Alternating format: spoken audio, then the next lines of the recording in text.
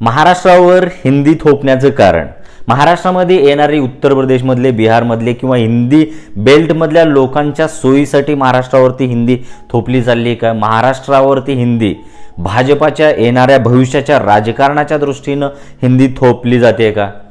महाराष्ट्रावरती हिंदी महाराष्ट्रातल्या वारकरी संप्रदायाला, त्या उत्तर प्रदेशमधल्या बावळट बाबांना रिप्लेस करण्यासाठी महाराष्ट्रावरती हिंदी थोपली जाते का?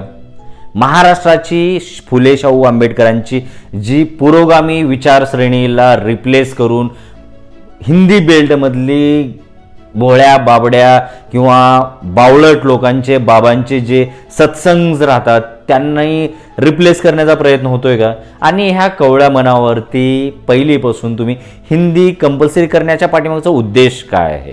आणि महाराष्ट्रावरच हिंदी कंपल्सरी का? तुमच्या गुजरातमध्ये नाही, तुमच्या मध्य प्रदेशमध्ये तिसरी भाषा कुठली आहे?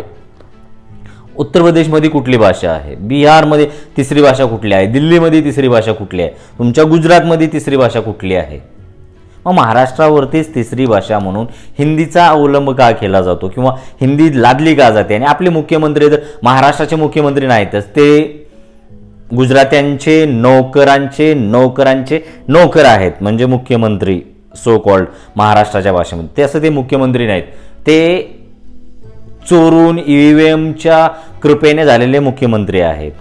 आणि त्या मुख्यमंत्र्यांनी महाराष्ट्राच्या मराठी मनावरती आणि मराठी अस्मितेवरती घाला घालण्याचा कायमचा प्रयत्न केलेला आहे. ते कुठली नवीन गोष्ट नाही. हे मराठी लादण्याच्या पाठीमागचं कारण काय आहे? आज मराठी ही लादली चालली आहे. एका बाजूला राज ठाकरे आहे, ते पत्रबाजी, लव्ह लेटर वगैरे लिहिण्याचं काम करतायत. अजित पवार तर अजित पवारच आहेत. ते राज्याचे एक मराठी म्हणजे प्रादेशिक पक्ष आहे आणि प्रादेशिक पक्षातले आज रनिंग उपमुख्यमंत्री आहेत. त्यांनी मराठी भाषेसाठी कुठंतरी स्टँड घेतील वाटत होतं, पण त्यांनी त्यांच्या कारखान्याच्या इलेक्शनमध्ये बिझी आहेत. त्यांना मराठीपेक्षा कारखाना खूप मोठा आहे. उद्धव ठाकरे तर त्यांची शिवसेना वाचवण्यामध्ये लागलेले आहेत. काँग्रेस त्यांच्या फ्लोमध्ये आहे की त्यांना मराठी भाषेशी काहीही देणं घेणं नाही. आणि मराठी लोकांना तर ते आज समजतही नाही की नेमकं त्यांना कुठला स्टँड घेतला पाहिजे, हिंदीचा घेतला पाहिजे का मराठीचा घेतला पाहिजे. कारण आता हे वरून आलेलं ऑर्डर आहे, मोदीजींनी सांगितलेलं ऑर्डर आहे आणि देवेंद्र भाऊंनी त्याला त्यांच्या गनिमी काव्याने, महाराष्ट्रावरती गनिमी कावा कायम होत असतो.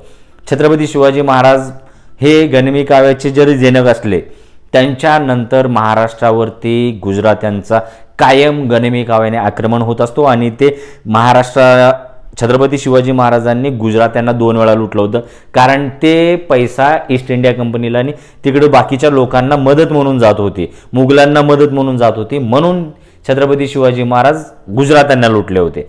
पण आता गुजराती लोक महाराष्ट्राला लुटण्याचं दररोजचं प्रयत्न चालू आहे. दररोजचं लुटत आहेत. महाराष्ट्रापासून मुंबई तर थोडी थोडी वेगळी करण्याचा आधीपासूनच प्रयत्न होता.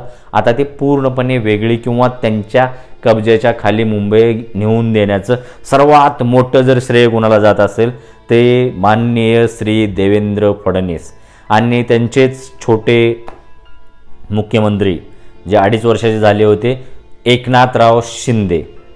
एकनाथराव शिंदे म्हणतात की आम्ही मराठी माणसासाठी, आम्ही हिंदुत्वासाठी शिवसेनेमध्ये म्हणजे शिवसेना फोडून भाजपामध्ये गेलो. अरे मराठी भाषेचा विषय ज्यावेळेस येतो, तुम्हाला मराठी भाषाचा महत्त्व तरी माहीत आहे का? तिसरी भाषा लादणे म्हणजे तुमची भाषा दुय्यम स्थानावरती चाललेली आहे. आज तमिळनाडूसारखे राज्य, आज कर्नाटकसारखे, केरळासारखे, आंध्रासारखे राज्य तिसरी भाषा नको म्हणून सगळे मुख्यमंत्री एका ठिकाणी होत आहेत. ते केंद्राच्या विरोधामध्ये जाऊन त्यांनी त्यांची भाषा जतन करण्याचा प्रयत्न करत आहेत, त्यांची संस्कृती जतन करण्याचा प्रयत्न करत आहेत. आणि त्याच्यासाठी ते सगळे, कुठल्याही पक्षाचा मुख्यमंत्री जरी असला तरी ते सगळे एका ठिकाणी येऊन केंद्राचा विरोध करत आहेत. आणि आपले महाराष्ट्राच्या लोकांच्या पाठीला कणे तर राहिलेले आहेत का नाही, हा सगळ्यात मोठा प्रश्न पडतोय. आज नेते एवढे लाचार, एवढे बावळट, एवढे नीच नालायक झालेले आहेत की त्यांना ना भाषेशी पडलेलं आहे, ना लोकांशी पडलेलं आहे, ना मातीशी पडलेलं आहे, ना मातीतल्या माणसाशी पडलेलं आहे. त्यांना फक्त आणि फक्त त्यांचे पैसे, त्यांचे लेकरं आणि त्यांचं पक्ष आणि त्यांची सत्ता, सत्तामधून पैसा, पैशामधून सत्ता. महाराष्ट्र बोंबलत गेलं तरी हरकत नाही यांना. आज ह्या कंडिशनला हे लोक आलेले आहेत. अजित पवार कारखान्यामध्ये बिझी, ते एकनाथ शिंदे त्याच्या पोराचं गुणगान गाण्यामध्ये बिझी, आपले उद्धव ठाकरे त्यांचा पक्ष वाचवण्यामध्ये बिझी, आपले पॉलिटिक्सचे वटवृक्ष शरद पवार साहेब महाराष्ट्राच्या अस्मितेसाठी स्टँड घेतील असं वाटत होतं, पण शरद पवार साहेब ते त्यांच्या म्हणजे वयाचा भान किंवा त्यांच्या अखेरच्या वेळेमधले काहीतरी असे डिसिजन्स येतील जे त्यांना एक निर्णायक आणि एक उच्च दर्जाचा नेता सिद्ध करतील असं वाटत होतं. पण त्यांनी शेवटी राजकारण म्हणजे सोयीचं राजकारण सुरुवातीपासूनच आहे, पण शेवटी सोयीच्या राजकारणाकडे ते बघण्याचा प्रयत्न करत आहेत. ज्या पद्धतीने त्यांनी मराठी भाषेच्या किंवा हिंदी सक्तीच्या वरती स्टेटमेंट दिलेलं आहे, हिंदी सक्ती झाली नाही पाहिजे पण त्याचा विरोधी झाला नाही पाहिजे. अरे काय बामणी कावा लावलाय का तुम्ही इथं? आज ज्या पद्धतीनं साऊथ इंडियनचे जे स्टेट्स आहेत त्यांनी त्यांची भाषा जगवण्यासाठी, त्यांची संस्कृती जगवण्यासाठी, त्यांची अस्मिता जगवण्यासाठी आज हिंदीचा विरोध करत आहे. आणि हिंदी काय आहे? एक तर राष्ट्रीय भाषा नाही, ही व्यवहाराची भाषा आहे. हिंदी फिल्म इंडस्ट्री महाराष्ट्रामध्ये आली म्हणून आज महाराष्ट्राच्या फिल्म इंडस्ट्रीची ही वाताहत झालेली आहे. आणि हे बावळट महाराष्ट्राचे हिरो हिरोईन लोक सुद्धा ह्याच्यावरती बोलायला तयार नाहीत. अरे तुम्हाला अकली आहेत का? आज साऊथमधली फिल्म इंडस्ट्री एवढी सुपेरियर का झालेली आहे? तर त्यांनी त्यांची संस्कृती आणि त्यांनी त्यांची भाषाला आदर आणि सत्कार केला आणि त्याचा त्यांनी टिकून ठेवण्याचा प्रयत्नही केला. तुम्ही काय केलंय? तुमच्यावरती येऊन हिंदीचे लोक लादले गेले. आज त्या हिंदीच्या बर्डनाखाली महाराष्ट्राची फिल्म इंडस्ट्री झाडू मारत आहे. हेच तर महत्त्व आहे. ज्या वेळेस हिंदी तुमच्यावरती लादली जाईल त्यावेळेस हिंदीचे जे बावळट बाबा आहे तुमच्यावर लादले जातील, तुमचा वारकरी संप्रदाय विखुरला जाईल. ज्यावेळेस हिंदी तुमच्यावर लादली जाईल, हिंदीतले तिकडचे बावळटपणा इथं महाराष्ट्रामध्ये येईल आणि इथला जो पुरोगामीपणाचा जो महाराष्ट्राची संस्कृती, महाराष्ट्राची अस्मिता आहे ती कुठं ना कुठं म्हणजे हातातून निसटायला चालू होईल. आणि भारताच्या इतिहासामध्ये भारताच्या आजपर्यंतच्या हिंदी भाषिक राज्य जेवढे आहेत ते सगळेच्या सगळे गरीब आहेत. त्याच्या पाठीमागचं एकमेव कारण आहे हिंदीच्या पाठीमागं लागलेलं हे भाजपचं घाण राजकारण आहे. आणि ते राजकारण ते हिंदीच्याच पाठीमागं लावू शकतात कारण त्यांच्याकडे ती पूर्ण यंत्रणा त्यांच्या पाठीमागं उभारलेली आहे. आज महाराष्ट्रामध्ये कन्नडामध्ये, तमिळमध्ये, आंध्रामध्ये किंवा केरळामध्ये हे लोक तेवढ्या प्रखरतेने त्यांची मशनरी कामाला लावू शकत नाही कारण ते बावळट लोकांना हिंदीला सोडून दुसरं काही येत नाही. मराठीमध्ये नाही करू शकत, कन्नडामध्ये नाही करू शकत, आंध्रामध्ये नाही करू शकत.